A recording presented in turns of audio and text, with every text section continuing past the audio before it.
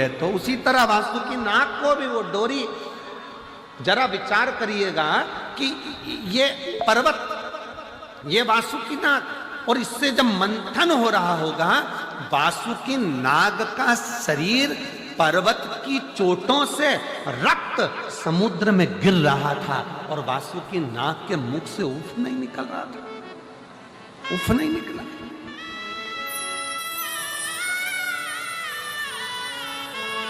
मंथन हो रहा है, रस्सी बंधी है, सांप की रस्सी वासुकी नाग की, और वासुकी नाग, अब पत्थर तो पत्थर है, पर्वत तो पर्वत है, पर वो नाग तो कोमल है ना, सर्प तो कोमल है ना। जब वो खींच रहे थे, इधर असुर उधर देवता, दोनों खींच रहे हैं उसको, इधर से कोई उधर से खींच रहा है, और वासुकी नाग के शरीर का रक्त समुद्र में गिरता जा रहा है।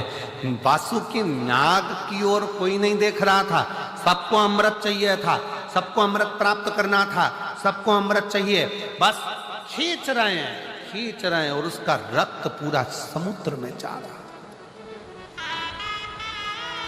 पूरा रक्त समुद्र।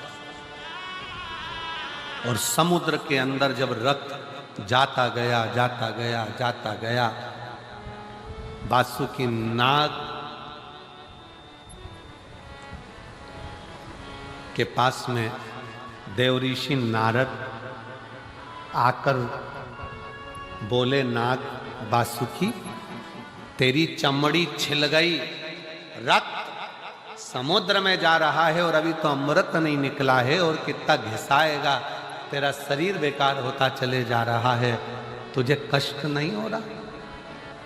वासुकी नाग कहता है, मैंने शंकर जी की जब आराधना करी थी, शिव ने कहा था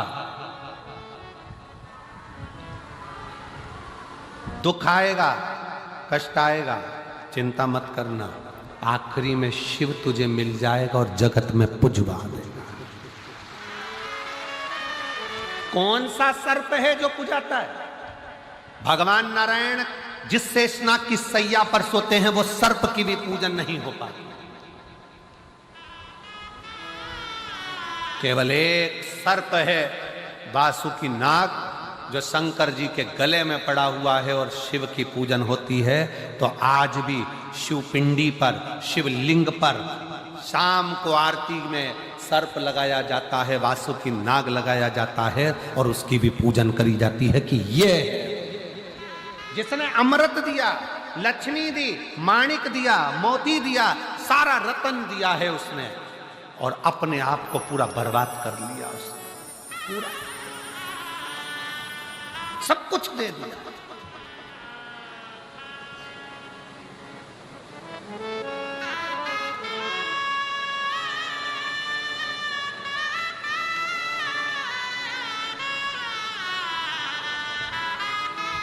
शंकर भगवान ने चंद्रदेव को भेजा वासुकी नाग के पास में, चंद्र जाओ वासुकी नाग के पास, उसका शरीर पूरा बेकार हो रहा है, घिस घिस कर उसका शरीर पूरा टूट रहा है, समुद्र में रक्त जा रहा है, चंद्र जल्दी जाकर उसको थोड़ा सा अमृत तत्व दे। चंद्र दौड़ कर गया और जाकर चंद्र ने जैसे ही वासुकी नाग को देखा, देखकर वासुकी नाग को देखकर शंकर जी के पास आकर बोला, शिव जी, मुझे तो नहीं लगता कि वासुकी नाग बच पाएगा, वासुकी नाग की स्थिति बहुत गड़बड़ है, बहुत गड़बड़ है, बड़े से बड़ा रोग हो जाए, कैंसर जैसा रोग, थायराइड, बीपी, शुगर, ये वो सारे रोग, किडनी, लीवर, सब डॉक्टर भी कह दे कि ये बचना मुश्किल है।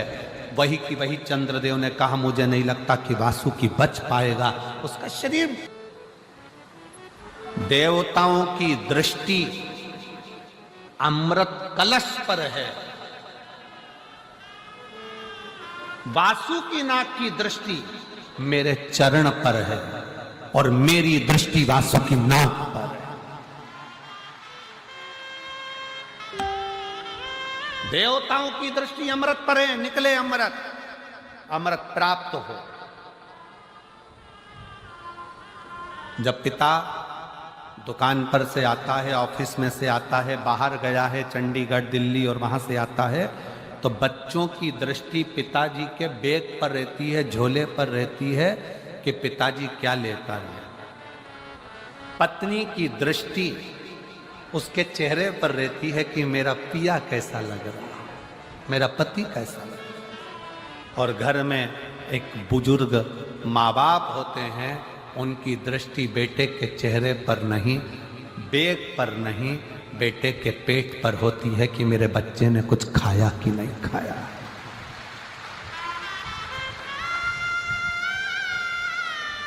बुजुर्ग माँ बाप की दृष्टि अपने बच्चे के पेट पर होती है। बेटा सुबह से गया था, कुछ खाया कि नहीं खाया तूने, कुछ खा लिया कर, दिन भर काम पर लगा रहता है, कुछ खाया कि नहीं खाया, कुछ लिया कि नहीं लिया, बेटा कुछ खाओ, ले कुछ पाओ। हम कहेंगे आज भी हमारी माँ का फोन आता है ना, हमारी मम्मी का फोन आता है, इतना जजमान लोग सारी व्यवस्था करते हैं, सब कुछ अच्छा रखते हैं, ऐसा नहीं कि कोई कमी रहती है, पर फिर भी यजमान के यहाँ रहने के बाद भी हमारी माता जी का जब मम्मी का फोन आता है तो हमेशा एक ही बात कहती है, बेटा कुछ खाया कि नहीं खाया, कुछ पाया कि नहीं पाया, भूखा तो नहीं। ये बुजुर्ग बच्चे की दृष्टि हाथ पर रहेगी, पापा थैले में क्या लेकर आए, पापा क्या लेकर आए, पापा क्या लेकर आए, टॉफी लाए, गुड़िया लाए, ये लाए, वो लाए, सामान लाए। पत्नी की दृष्टि तुम्हारे चेहरे पर रहेगी कि मेरा पिया कैसा लग रहा है, मेरा पति कैसा लग रहा है। और घर का बुजुर्ग बूढ़ा माँ बाप अपने बेटे का पेट देखता है, बेटा बहुत दुबला हो रहा है रे बाबू, कुछ खाया क्यों नहीं खाया, कुछ पाया क्यों नहीं, तूने कुछ खाया। देवताओं की दृष्टि अमृत पर थी, अभी तक निकला क्यों नहीं है। वासुकी नाग का शरीर पूरा छिला जा रहा था, रक्त निकल रहा था, शरीर शिथिल हो गया था। नारद जी पूछ रहे हैं, वासुकी बहुत कष्ट हो रहा होगा। वासुकी कहता है, कष्ट जब होता जब मैं शंकर के चरण को नहीं देखता, मैं तो शिव की चरणारविंद में मेरी दृष्टि को लगा कर बैठा। शिव चरणों में मैंने अपनी दृष्टि लगाई। शिव चरण कहते हैं, वासुकी नाग से जब पर्वत नथा रहा था, उस मथने में शंकर भगवान नहीं आए थे। सारे देवता आए पर शिव नहीं आए। किसके लिए नहीं आए? क्योंकि जिसके शरीर पर कष्ट हो रहा हो, मेरा अपना रो रहा हो, उसको संभालेगा, उसको साधेगा। सारे देवता अमृत के कलश को पाने के लिए वासुकी नाग की रस्सी बनाकर मथ रहे, पर मेरा शंकर उस मथने में नहीं आया। वो वासुकी नाग को देखता रहा, देखता रहा, देखता रहा। और आखिरी में जब शिव जी ने देखा कि अमृत लेकर सब चले गए, वासुकी नाग शरीर शिथिल होकर कोने में पड़ा हुआ था, तब शिव जी ने जाकर पार्वती से कहा, पार्वती देखो, ए पार्वती, तूने मेरे गले में फूलों का हार डाला था, पर पार्वती आज मैं चाहता हूं मेरी जिंदगी की एक शादी और हो और तू फूलों का हार नहीं, ये वासुकी नाग का हार मेरे गले में डाल। ये वासुकी नाग का हार मेरे गले में पार्वती तू डाल, मेरे गले।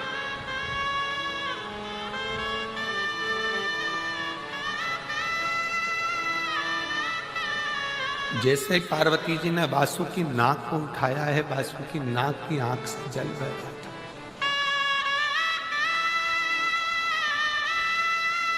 मां, कौन पुण्य मैंने करा होगा, मैं तो चरण में रहने के लायक भी नहीं हूं, सांप हूं। लोग स्वप्न में भी सांप देखते हैं तो समझ में आता है कि काला। मरे हुए मुर्दे को, अर्थी को देखते हैं तो खुशियां मनाते हैं कि मुर्दा दिख गया, मतलब कोई शुभ सगुन है। पर सांप दिखे तो भी लोग कहते हैं कि बेकार, काल होता। मेरे जैसे जीव को मां तू हाथ में उठा, तू हाथ में। मां, मुझे केवल अकेले शंकर जी का चरण नहीं चाहिए, मां मुझे तेरा भी चरण चाहिए, तेरा भी चरण। वासुकी नाग ने जैसे ही कहा तो पार्वती जी की चेहरे पर थोड़ी सी मुस्कुराहट आई। वासुकी नाग को हाथ लगाकर मां ने कहा, अरे वासुकी, तो जिस शंकर के गले में बैठने जा रहा है ना, उस शंकर के दिल में मैं बसती हूं। केवल तू अकेले शिव के गले का नहीं, मेरे भी चरणों का आनंद लेने वाला होगा। तू साधारण कहां है? मेरी जीजियों, जितने आस्था चैनल पर कथा श्रवण कर रहे हैं, जितने फेसबुक यूट्यूब पर कथा श्रवण कर रहे हो, जितने यहाँ पंडाल में बैठकर भटिंडा की भूमि पर पंजाब की धारा पर बैठकर कथा सुन रहे हो, जितना कष्ट मिले मिलने दो, तुम शंकर की शरणागति मत छोड़ना। वासुकी नाग शिव का चरण देखता रहा। तुम ये मान लेना, तकलीफ आए तो भी शिव के मंदिर जाओ, कष्ट आया तो भी शिव के मंदिर जाओ, एक लोटा जल चढ़ाते रहो, उसका चरण मत छोड़ना।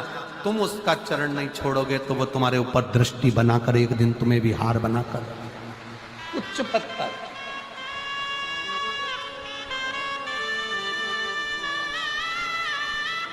ऊंचा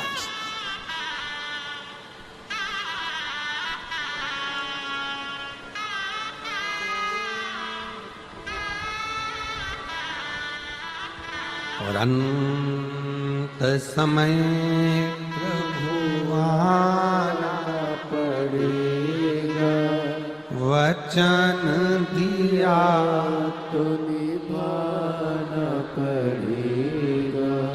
आए ना आए प्रभु कुटुंब कबीरा, अंत समय प्रभु आना पड़ेगा। कौन आए? कौन? किसके यहां आता है? जरा सा कर्जा हो जाए ना और तुम अपने रिश्तेदार से मात्र 5 लाख रुपए मांग कर बताओ, मात्र 5 लाख। 5 भी जाने दो, चलो 3 लाख ही लेकर बताओ। बहुत तकलीफ में हूं जीजी। सब दूर खबर हो गई कि श्रीमान कर्जे में डूब चुका है, कर्जे में डूब गया, पूरे मार्केट में बात फैल गई, पूरा डूब गया, दुकान भी डूब गई, व्यापार डूब गया, सारा कर्जा कर्जा कर्जा कर्जा कर्जा कर्जा हो गया, सब डूब गया। और उस बीच में तुम रिश्तेदार के पास जाओ कि मुझे 5 लाख की, 2 लाख की, 3 लाख की जरूरत है। रिश्तेदारों को मालूम पड़ गया कि ये कर्जे में है, बहुत डूब चुका है, कुछ नहीं बचा। बहन के पास जाओ, रिश्तेदारों के पास जाओ तो बहन के ही बच्चे कहते थे, मम्मी देना मती, पूरा मार्केट में डूबा पड़ा हुआ है, बिल्कुल कुछ नहीं है, लौटाएगी कहां से मासी, देगा कहां से मामा, काका क्या करेगा, कैसे देगा? कोई नहीं देगा साहब, कोई नहीं।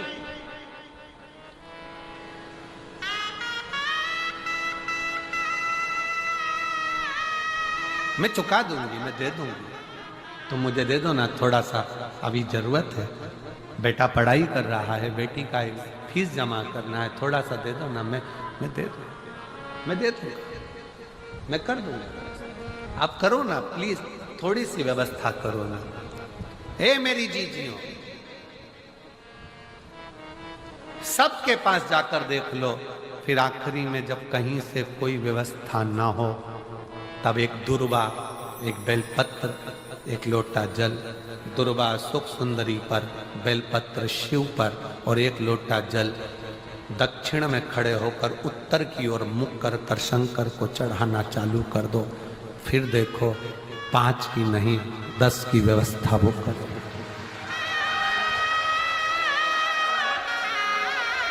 दुख सामने खड़ा होना जीजियों,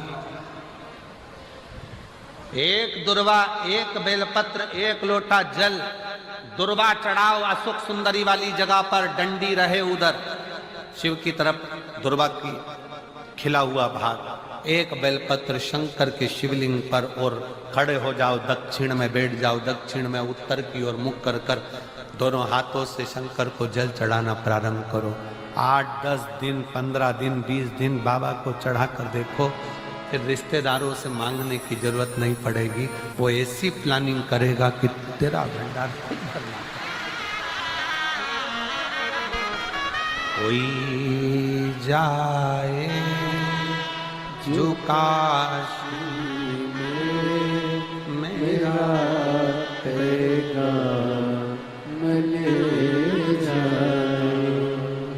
बस हृदय से उसको पुकारो।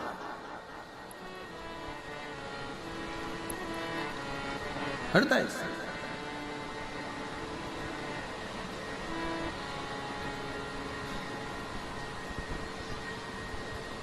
और जब हृदय से पुकारोगे तो शिव तत्व कैसे ना दृष्टि चरण पर लगी रहे। दुख है ना, आने दो। एक पत्र है, उस पत्र में लिखा किसी ने कि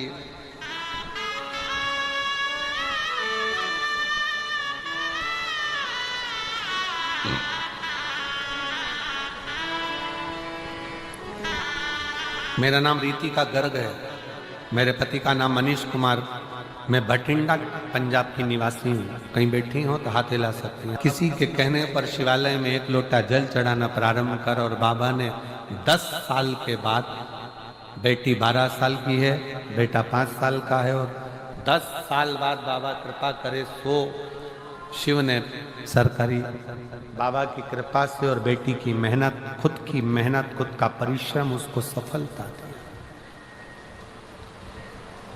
परिश्रम अपना है, अपने को करना स्वयं।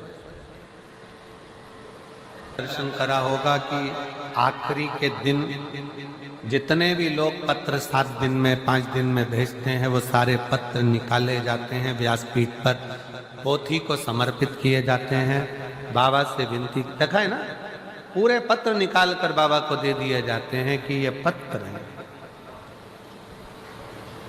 और हम बाबा से बस इतना कहते हैं, इतने पत्र में हम खुद भी नहीं पढ़ पाए, पर बाबा जिसकी झोली भर दी तूने भर दी, पर इन पत्रों में अगर कोई रह भी गया हो तो उसको 3 महीने में तू फिर भर दे, फिर भर।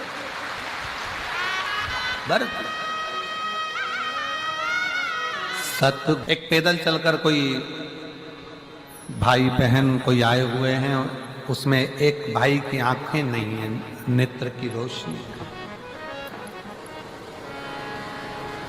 नेत्र की रोशनी नहीं है। कहा आप ही? हाँ, यही बालक, एक बार जोरदार ताली बजाओ। रोशनी नहीं है।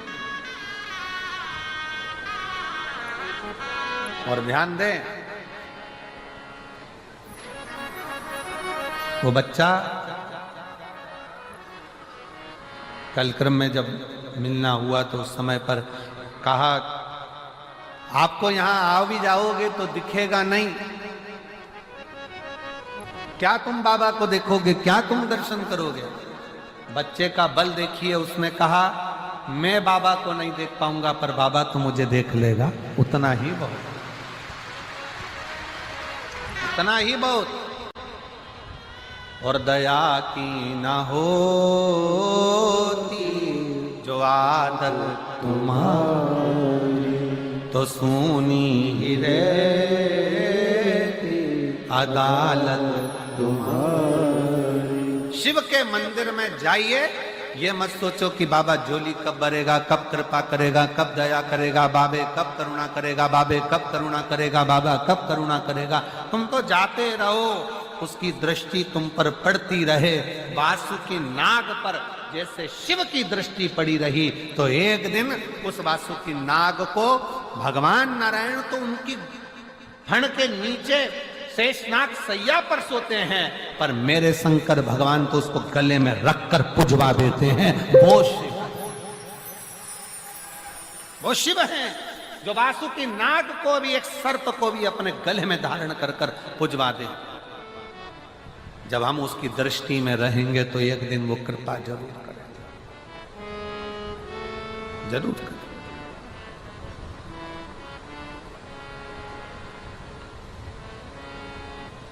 बस दृष्टि पड़ी रहे। हम तो यहां तक कहते हैं, किसी गुरु के पास जाओ ना तो उससे कुछ मत मांगो, बस एक बार कह दो, एक बार देख तो लो ना गुरु जी, बस देख लोगे ना उतने में काम हो जाए। एक बार देखो तो, दृष्टि तो डालो। किसी गुरु के पास जाओ तो मांगना नहीं, बस ये जाकर कह देना एक बार तो देख लो, एक बार।